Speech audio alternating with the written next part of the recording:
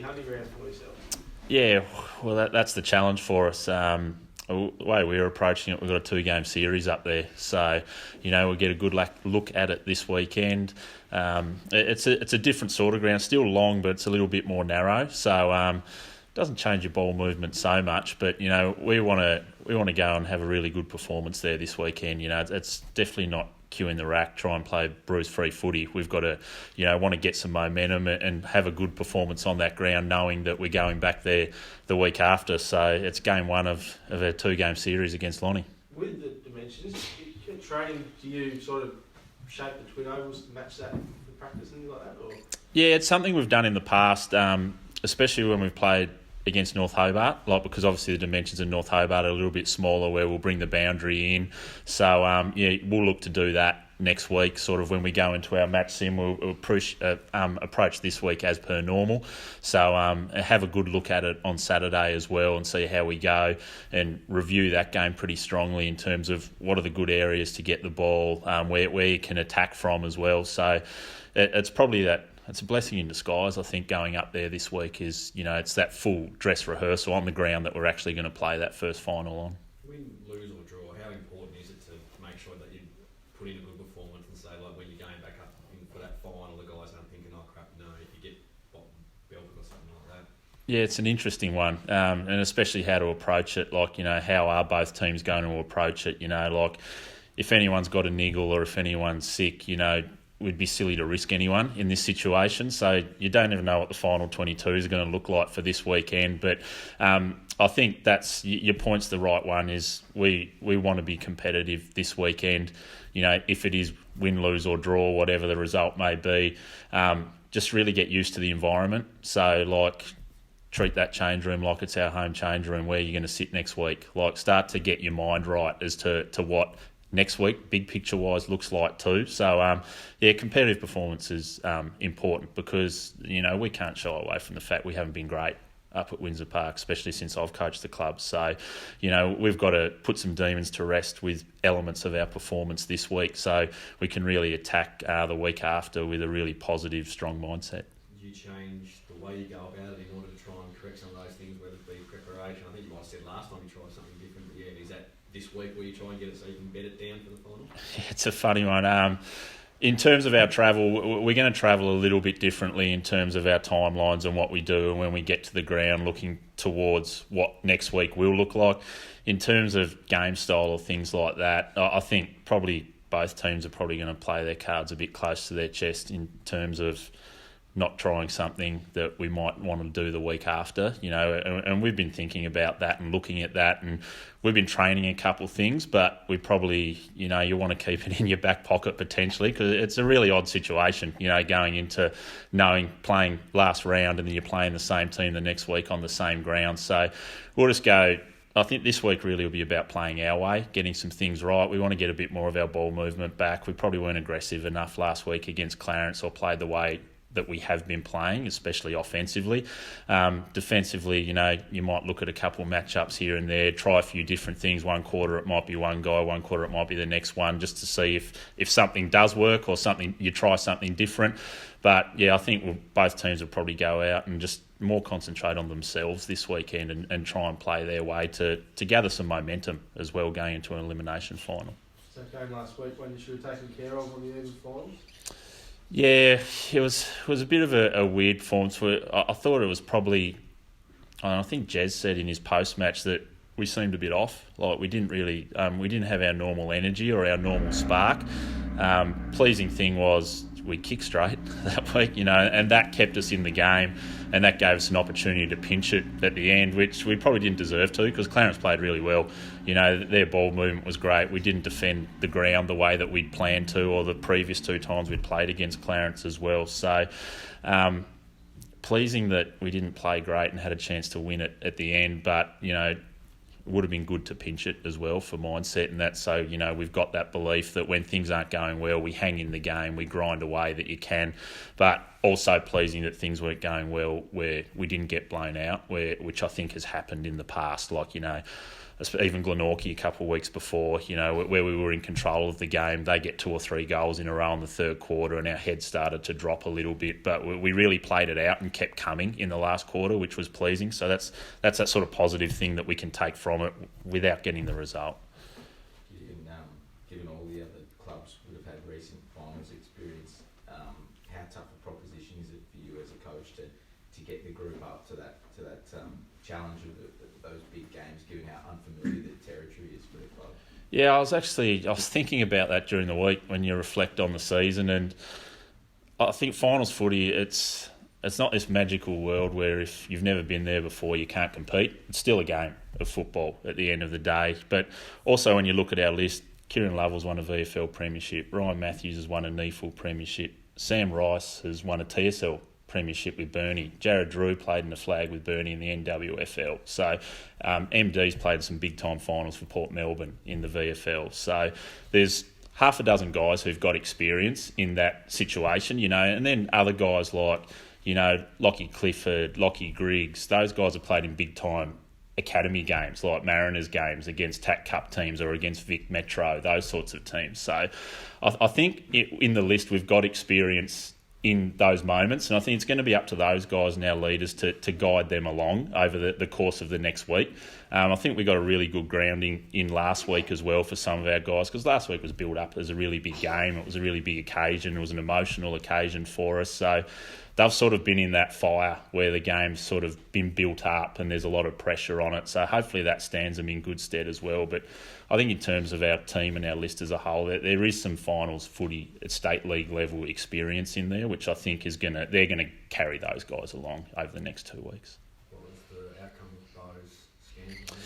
Yeah, Bo, he's got 4 fractures in his ankle. So I think the positive thing, he's going to avoid surgery, but he's in the moon boot so for a little while now. So he's had the week off work, he's had the foot up, he's been on Netflix, so he's getting a bit bored and a bit antsy. So we'll see him up at the footy club tonight, which will be great for the boys. But yeah, for Bo, that's season done, unfortunately, and which is a shame because he'd been playing a really good role for us, especially over the last month of the season. He'd sort of been playing as that defensive forward and doing some really good jobs. So yeah, unfortunately for Bo, best case scenario, he's avoided surgery, which is really good. But he won't play again this year. And anyone else from the wash up from last week that you're missing in team changes for Lonnie? Ollie Burrows-Cheng copped an injury, a calf last week. He won't play Devils. We're hoping that's only a 1 week thing and he'll be right for finals. Lockie Godomski will play Devils. Bailey Gordon's in that mix. So all our boys are playing Devils, so they'll go out. Lockie Clifford will be good, so Cliffy will come in and play. Blake McCulloch played a really good game in the Dev League, so Blake's back in. And we'll bring in Connor Bryant for his first senior game this year. Connor's had a scaphoid injury 2 years in a row. I think he played 4 or 5 senior games last year, and he's played the last 2 in the Dev, and he's a real important player for us. He's a pressure forward, so we'll give Connor a look at it and a chance to cement his spot in the senior 22 this week. So those guys will all come in. Any occasion for the club, mate? You got the special jersey you're wearing? Yeah, we do. The 99 Premiership sort of recreation jersey with all the players' names on it, but also it's Josh Arnold's 200th game this week. So that's a really big occasion. Probably away from the Glenorchy Footy Club, he's probably a little bit underrated, but for us, he's just an enormous part of our footy club. He's been the longest-serving vice-captain in our club's history in 100 years, but he's also stepped up, a number of times as captain, and this year, the majority of the season, he's been the captain, and with all the stuff that's been going on around him, he's done an excellent job of really keeping the ship level, and particularly down back where there's been so much change. He's just done an unbelievable job. So he's heart and soul Glenorchy, puts his body on the line, but he's also playing really good footy at the moment. So it's a big occasion for us. Probably fitting that it's against North Launceston, where he's been involved in a number of really big games against them and a couple of grand finals. And I know he and the North Lonnie boys, there's a lot of respect there.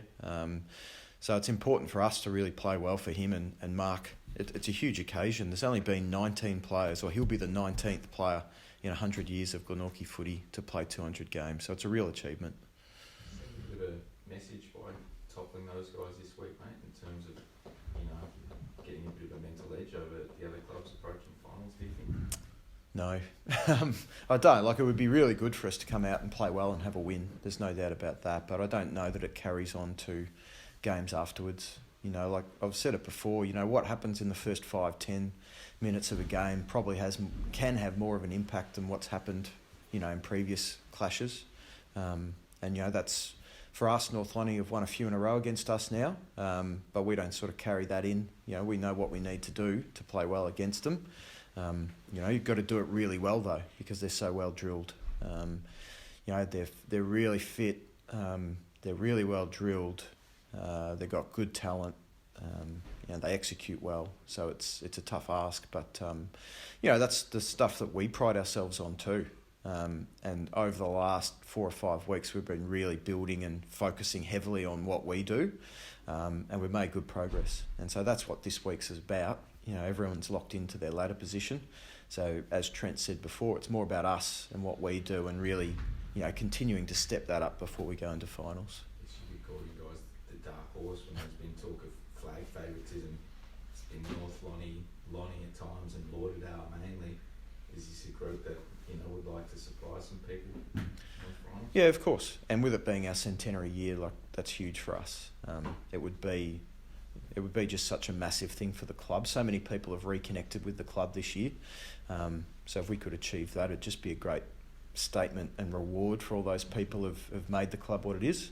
But at the same time, like, we've narrowed down our focus a lot more, just in terms of, every game's important in the centenary year, because there's always people watching.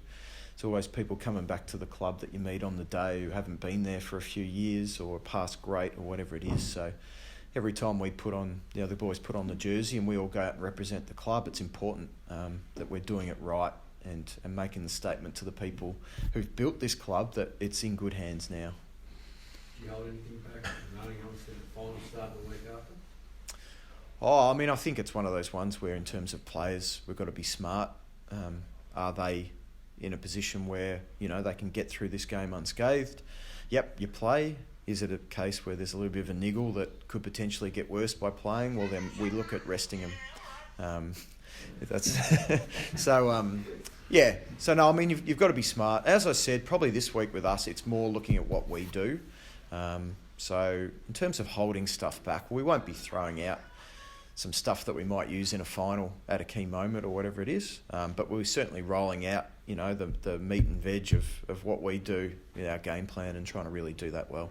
Where's Aiden, Matt? You obviously said the other day you avoided serious injury. I guess you must be breathing a sigh of relief. But is he a chance, or is he one that, obviously too important to roll out if he's not 100%? He is a chance. It came out, it was just really bad bruising, and that's improved pretty well. And Aiden's someone who looks after himself really well and does extra recovery. So he was able to run the other night. He'll be able to train tonight, and I guess we're just going to weigh up that factor. Is it something that could get worse by playing? If it's not, then we'll play him. Any other changes from last week? Look, if Sam Rundle gets through training tonight, he'll play, and we're reasonably confident, so that would be good for him to get a run in a week before the finals. Others, it'll just come down to tonight and making those assessments. Is that the important other thing? If you've got some guys that have missed a little bit of footy, if you can get a hit out for them before, bring them straight back into a final? Yeah, it's really important. We've got some people coming back through development as well. Not big names like Sam Rundle, but guys who have played senior footy this year and can contribute potentially. So it's really good that they're getting a game or two in before the finals, because I know there was one game earlier in the year where we brought a few guys straight back in and they were just really rusty. And on paper, generally we get guys to come back through development, so they have a week where they're controlling their movements and they pull up a bit better because the game's not as intense and not as physical. Before finals, where it goes up another step, it is really good for guys to get a run in. Like Trent, you know who you've got next week, I guess. Is it hard to look forward and start planning for that when you've got another game to take care of first? Or have you started with yours all that? No, I haven't done that. It's one where it's a big occasion in terms of Josh's 200th game, the 99 premiership team being there. So it's a big game against a really good opponent. So I think we'd be fooling ourselves if we started looking past North Launceston. They're a tough enough opponent at the best of times when you do focus on them.